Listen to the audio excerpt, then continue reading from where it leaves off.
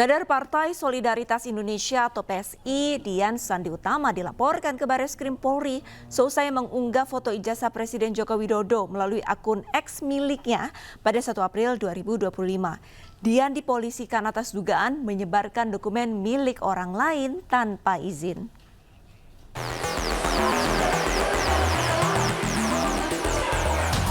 Dian Sandi Utama, kader PSI, dilaporkan oleh Profesor Yusuf Leonard Henuk, seorang dosen Universitas Sumatera Utara.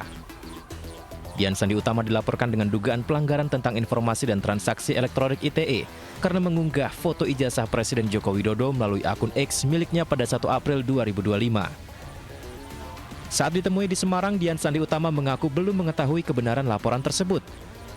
Namun sebelum mengunggah foto ijazah Jokowi, ia telah melakukan riset dan didasari niat baik untuk meluruskan asumsi liar di publik terkait isu ijazah Jokowi. Karena sampai hari ini saya belum mendapat kepastian apakah laporan itu benar adanya atau tidak. Tetapi kalaupun misalkan benar, ya saya tentu sebagai warga negara yang taat hukum, saya pasti akan bersedia untuk dimintai keterangan. Saya meriset itu kan sudah lama, Pak. Nggak mungkin lah saya berani mengatakan itu asli gitu tanpa meriset lebih dulu, nggak mungkin. Itu saya menemui orang, saya mencari data, fakta, apa segala macam sudah lama untuk memberanikan diri bahwa mengatakan bahwa itu benar asli gitu. Dian Sandi Utama mengatakan masih punya data-data yang belum dikeluarkan terkait permasalahan isu ijazah Jokowi. Dari Semarang, Doni Marendra, iNews melaporkan. Gubernur Sumatera Utara Bobi Nasution curhat mengenai Sumatera Utara menjadi juara kasus narkoba di hadapan Wakil Presiden Gibran Rakabuming Raka.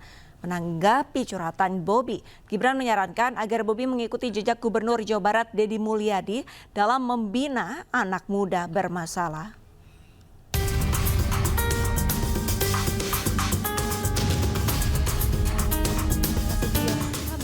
Gubernur Sumatera Utara Bobi Nasution mengungkapkan bahwa Sumatera Utara masih menjadi provinsi dengan kasus narkoba tertinggi di Indonesia.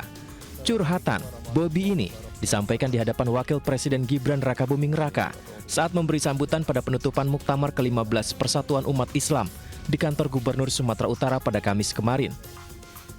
Bapak Wakil Presiden Republik Indonesia, Bapak Gibran Rakabuming beserta Ibu Selvi Gibran Rakabuming, ada persoalan yang sangat mendasar yang di Sumatera Utara kami masih menjadi pemenangnya Pak Wapres dalam beberapa tahun terakhir ini sampai dengan nggak salah saya di tahun 2024 dan 2025 ini kami masih jadi pemenangnya, yaitu adalah kami masih menjadi provinsi nomor 1 dengan penyalahgunaan narkoba di Indonesia Pak Wapres.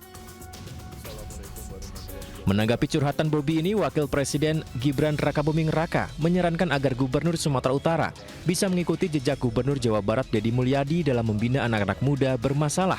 Namun Gibran menyebut bukan dikirim ke barak militer, melainkan ke pondok pesantren. Ya, tadi Pak Gubernur mengeluh masalah narkoba.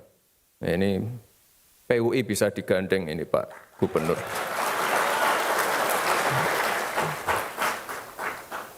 Mungkin ada gubernur Jawa Barat yang mengirim anak-anak bandel ke barak. Nah, ini bisa dikirim ke pondok-pondok pesantrennya PUI mungkin. Kita tunggu saja, apakah Gubernur Sumatera Utara benar-benar akan menjalankan saran dari kakak iparnya ini untuk mengikuti jejak Gubernur Jawa Barat dalam membina anak-anak muda bermasalah. Tim Liputan iNews melaporkan. Sementara itu pemirsa, perlakuan berbeda dilakukan Gubernur Jawa Barat Deddy Mulyadi alih-alih curhat karena tingginya angka kenakalan remaja. Deddy Mulyadi justru membuat program siswa bermasalah masuk barak militer.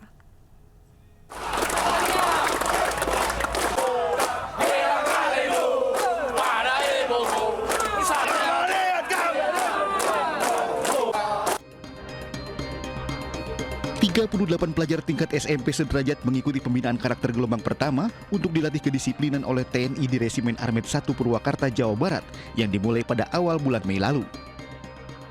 Untuk program ini, pemerintah Provinsi Jawa Barat melibatkan TNI dan Polri. Bahkan 30 hingga 40 barak ruang makan dan ruang belajar disiapkan untuk mendukung keberhasilan program ini. Sejumlah materi pembinaan juga akan diberikan dengan berkolaborasi dengan berbagai unsur. Gubernur Jawa Barat Deddy Mulyadi meyakini pendidikan militer untuk memperbaiki fenomena kenakalan remaja sudah memiliki payung hukum sendiri. Hal ini karena anak-anak tersebut diserahkan langsung oleh orang tuanya yang sudah tak sanggup memberikan pendidikan di rumah. Mengarah pada tindakan-tindakan kriminal dan orang tuanya tidak punya kesanggupan untuk mendidik. Artinya bahwa yang diserahkan itu adalah siswa yang oleh orang tuanya di rumahnya sudah tidak mampu lagi untuk mendidik. Jadi kalau orang tuanya tidak menyerahkan, kita tidak akan menerima.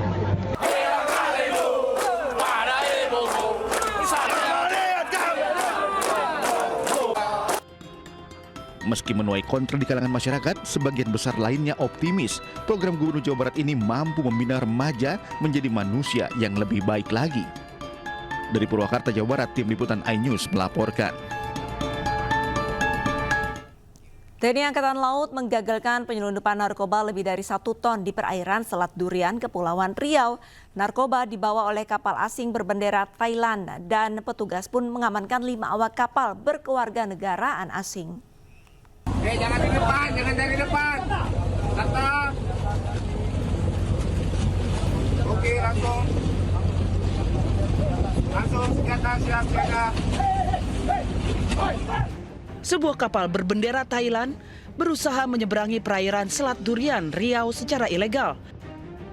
Tim patroli TNI Angkatan Laut yang mencurigai kapal tersebut langsung menghentikan dan di dalamnya terdapat 5 awak, di mana 1 orang memiliki kewarganegaraan Thailand dan 4 lainnya berkewarganegaraan Myanmar.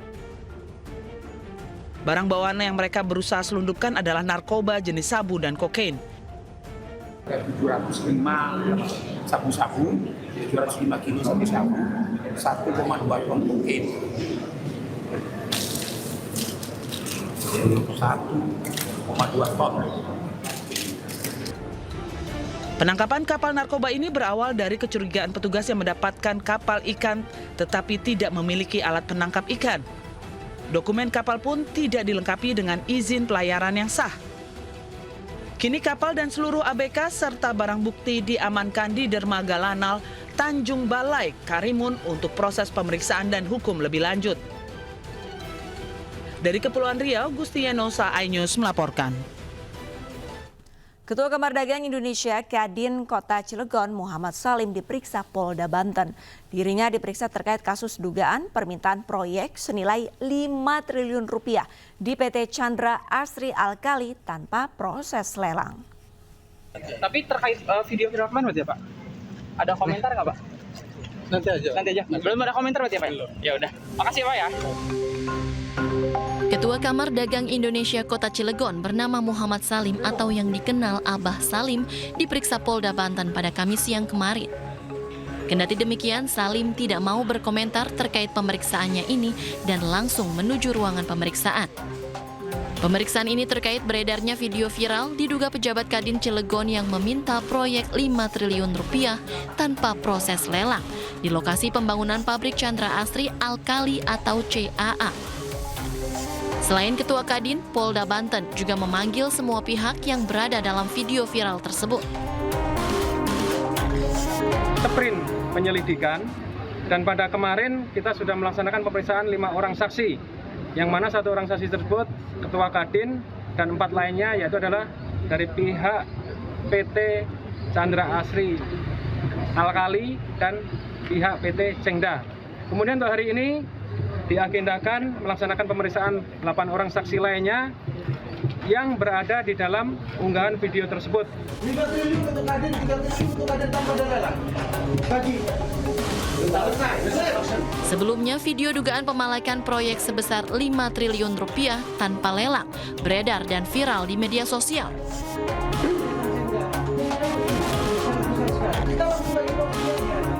Dalam video, sejumlah pihak yang diduga berasal dari Kadin Kota Cilegon. Dari Serang, Banten, Mahesa Apriandi, iNews melaporkan. Presiden ke-7 Republik Indonesia Joko Widodo menemui dosen pembimbing akademiknya di Fakultas Kehutanan Universitas Gadjah Mada Kasmujo. Pertemuan berlangsung di kediaman Kasmujo di Sleman, Yogyakarta.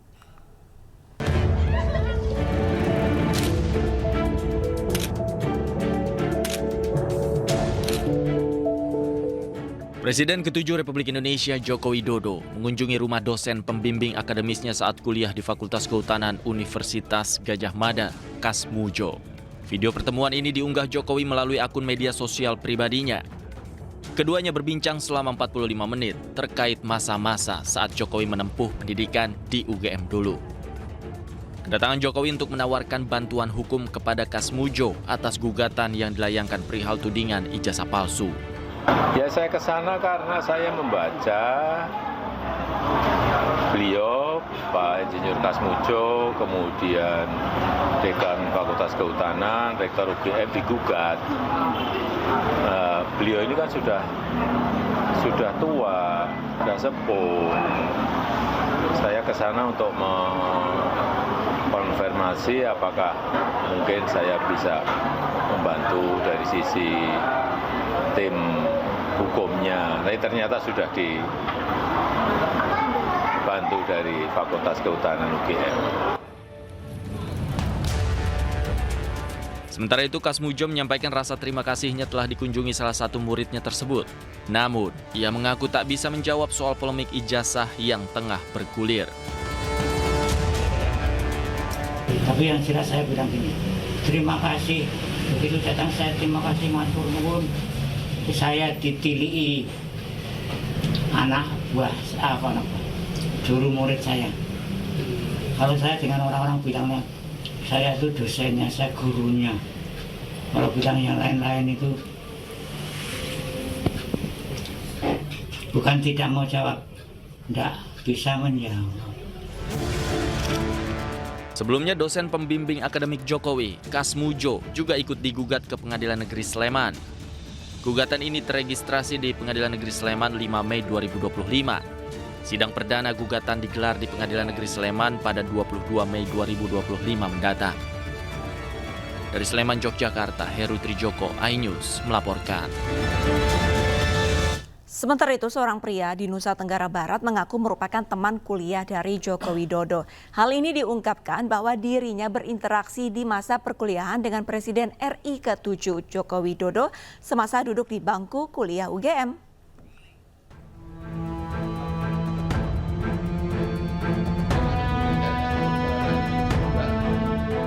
Seorang pria bernama Andi Pramaria mengaku menjadi teman kuliah dari Presiden RI ke-7 Joko Widodo.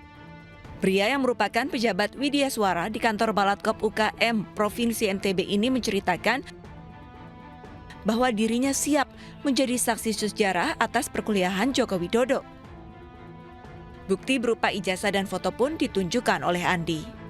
Tapi wisudanya barengan ya Mas? Ya, wisuda bareng ya. Tadi fotonya sudah saya kirim kan. Oke, siap. Sudah barengan ya.